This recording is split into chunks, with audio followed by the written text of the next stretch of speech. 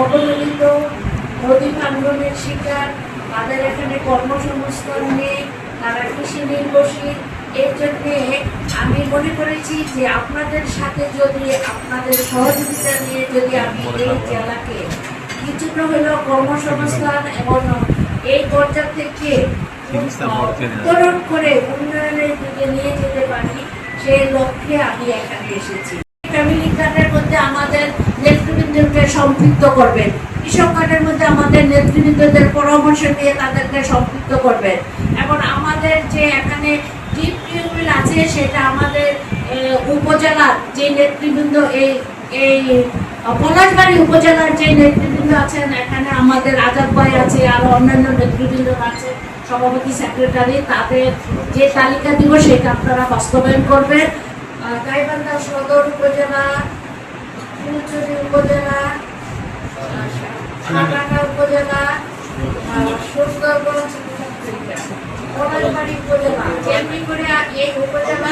সাধুনাপুর উপজেলা এবং এই গাইবান্ধার উপজেলার নামগুলো যেমন সুন্দর, মানুষগুলি আরো বেশি বড় মনে আরো সুন্দর। তো আমি আপনাদেরকে আমার যত সময়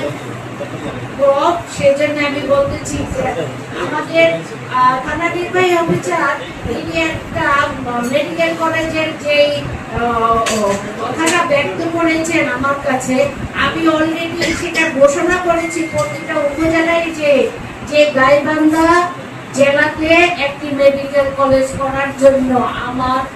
যথেষ্ট এবং জোরালো উদ্যোগ থাকবে, এবং এটা আমি বাস্তবায়ন করব। মরিচ আছে,